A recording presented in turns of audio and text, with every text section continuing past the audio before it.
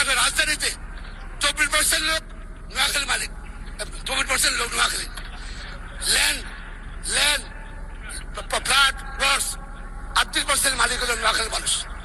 আমার আহা, কে বুঝেবে জাতিকে? পুরা ঢাকা শহরের মালিক হইলেও তো নোয়াখালীর কোনো লাভ নাই, কারণ টাকা দিয়ে সব কিছু হয় না।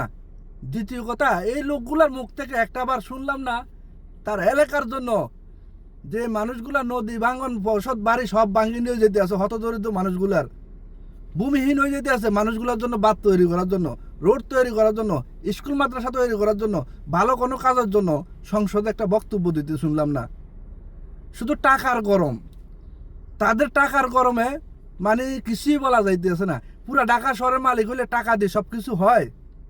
কিছু হয় না। টাকা ঢাকা শহরে ভরে থাকবো, নোয়াখালীর জন্য কিছু থাকবে না আপনাদের।